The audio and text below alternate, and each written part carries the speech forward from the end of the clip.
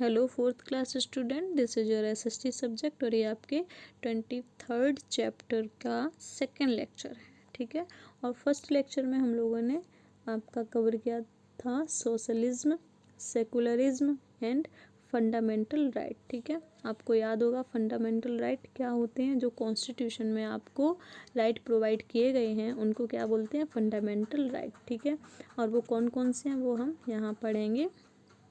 चलिए, there are 6 fundamental right outlined in our constitution. ठीक है, हमारे पास 6 फंडामेंटल राइट हैं जो यहाँ पर लिखे हुए हैं। नंबर फर्स्ट पे पढ़ेंगे राइट टू इक्वेलिटी, सबको समान अधिकार मिले हुए हैं, सब कॉन्स्टिट्यूशन की नज़र में समान है, कोई अप या कोई डाउन नहीं है। ठीक है, सारे सिटीजन एक जैसे हैं। ठीक है, किसी को ज़्यादा राइट्स नहीं दिए हैं या किसी को कम राइट्स नहीं दिए हैं, सबको बराबर राइट्स मिले हैं। ठीक है, राइट टू फ्रीडम, ठीक है, स्वतंत्रता का भी अधिकार है, बट इतनी भी स्वतंत्रता का अधिकार नहीं है कि आप जाएं और किसी के भी साथ पीट दें जाके किसी को, या फिर किसी का कुछ भी चुरा लें। तो इसके लिए आपके रूल्स भी बने हुए हैं कॉन्स्टिट्यूशन में। ठीक है, उसमें सज़ा भी लिखी हुई है, आपको क्या क्या सज़ा मिल सकती है। ठीक है, आपको फ्रीडम केवल उतनी है जब तक आपकी फ्रीडम से किसी को दिक्कत नहीं हो रही है। ठीक है, आप अपना डेवलपमेंट कर सकते हैं। ठीक है, आप अपने इकोनॉमिक स्टेटस को सुधार सकते हैं, आप जॉब कर सकते हैं। ठीक है, इन सब की स्वतंत्रता आपके पास है, आप कहीं भी घूम सकते हैं कंट्री में। ठीक है, तो ये सब स्वतंत्रताएं आपके पास हैं। ठीक है, कोई भी बंदिशें नहीं है। चलिए, right to freedom of religion, ठीक है, आप किसी भी रिलीजन को फॉलो कर सकते हैं, ये भी आपका फ्रीडम है आपको। ठीक है, कोई भी फोर्सफुली आपसे किसी भी रिलीजन को फॉलो नहीं करवा सकता। ठीक है, आपका जो मन है आप उस रिलीजन को फॉलो कर सकते हैं। ठीक है, किसी भी रिलीजन के रूल्स को आप मान सकते हैं, किसी से भी आप एजुकेशन ले सकते हैं। ठीक है, राइट टू अगेंस्ट एक्सप्लॉयटेशन, यानी शोषण के विरुद्ध, अगर आपका कोई शोषण कर रहा है तो आप उसके खिलाफ आवाज़ उठा सकते हैं। ठीक है, ये आपके पास राइट है कि आपका कोई भी शोषण नहीं कर सकता है। ठीक है, किसी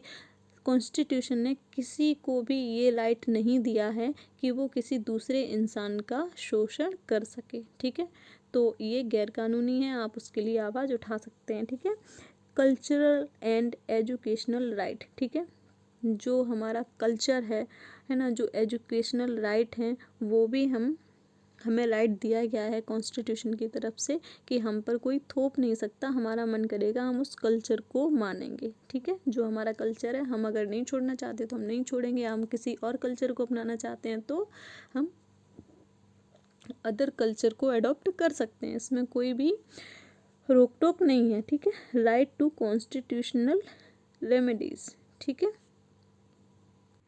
ना, इसका मतलब क्या है कि किसी भी व्यक्ति का अगर फंडामेंटल जो राइट है, फंडामेंटल राइट है, उसका हनन हो रहा है या उससे छीने जा रहे हैं, यानी कोई इंसान उसका शोषण कर रहा है या कोई भी राइट उसको नहीं दे रहा है। ठीक है, तो वो क्या कर सकता है, वो इंसान जिसके फंडामेंटल राइट को छीना जा रहा है वो हाई कोर्ट या सुप्रीम कोर्ट जाकर ये बोल सकता है कि मेरे फंडामेंटल राइट को छीना जा रहा है, मुझे नहीं दिया जा रहा है। तो इस पर सुप्रीम कोर्ट और हाई कोर्ट सीधा एक्शन लेंगे। ठीक है, और उस इंसान की हेल्प करेंगे उसके फंडामेंटल राइट को वापस देने में। ठीक है, ये भी आपको कौन अधिकार देता है, हमारा कॉन्स्टिट्यूशन ही ये अधिकार आपको देता है। If a citizen of our country is denied any of this right he और she may go to the court. ठीक है, अगर कोई भी कंट्री का सिटीजन अगर डिनाई करता है इन राइट्स के लिए तो वो सीधा कहाँ जा सकता है, कोर्ट जा सकता है। ठीक है, चलिए अब हम लोग आगे बढ़ते हैं, अब आते हैं फंडामेंटल ड्यूटीज़ पे, यानी वो ड्यूटीज़ जो कॉन्स्टिट्यूशन ने हमें दी हैं, किसके लिए, हमारी कंट्री के लिए। ड्यूटीज़ मीन्स क्या होता है, कर्तव्य। ठीक है, right and duties go hand in hand. ठीक है, जिस संविधान ने आपको राइट्स दिए हैं उसी ने भी आपको कुछ ड्यूटीज़ दी हैं जो आपको पूरी करनी चाहिए, ठीक है। Our constitution also expect certain duties toward the welfare of the country and society, ठीक है। वो आशा करता है कि कुछ ड्यूटीज़ होनी चाहिए जो हमारी तरफ से, जो किस में मदद करेंगी, कंट्री के वेलफेयर में एंड सोसाइटी के वेलफेयर में, ठीक है, कल्याण में। These duty are called the fundamental duties, और ये जो ड्यूटीज़ हैं इन ड्यूटीज़ को क्या कहते हैं, फंडामेंटल ड्यूटीज़ कहते हैं, जो किस में हेल्प करती हैं, हमारी सोसाइटी और कंट्री के कल्याण में, ठीक है। अब हम लोग आते हैं सम फंडामेंटल ड्यूटीज़ पे, ठीक है। अब हम लोग उन ड्यूटीज़ के बारे में पढ़ेंगे जो कॉन्स्टिट्यूशन ने हमको दी हैं, यानी इंडियन सिटीजन्स को दी हैं। We must follow the rule laid down in the constitution, हमें उस रूल को फॉलो करना ही पड़ेगा या करना ही चाहिए जो कॉन्स्टिट्यूशन में लिखा हुआ है, ठीक है। आप किसी की हत्या नहीं कर सकते, ये रूल है और ये आपको फॉलो करना पड़ेगा, और अगर आपने उस रूल को फॉलो नहीं किया तो क्या होगा, जेल जाएंगे आप, है ना। और अगर आपने किसी को सच में मार ही दिया है तो आपको फांसी भी हो जाएगी। We must respect our nation flag and other national symbols, national symbol आपने पढ़े हुए हैं, फ्लैग भी पढ़ा हुआ है, तो क्या रूल है आपके कॉन्स्टिट्यूशन में, ये रूल है कि आप फ्लैग की इज्जत करेंगे, ठीक है, और जितने भी नेशनल सिंबल हैं उनको भी आप रिस्पेक्ट पे करेंगे। चलिए, we must not engage in violence, ठीक है। आप जो वायलेंस या हिंसा होती है ना, मतलब मार काट करना, ठीक है, दंगे फसाद करना, आप उसमें इन्वॉल्व नहीं होंगे। और सुना है ना, जो दंगे में इन्वॉल्व होते हैं उनके साथ क्या होता है, पुलिस पकड़ के ले जाती है, ठीक है, जो लड़ाई करते हैं लोग। We must protect our monuments and public property, ठीक है।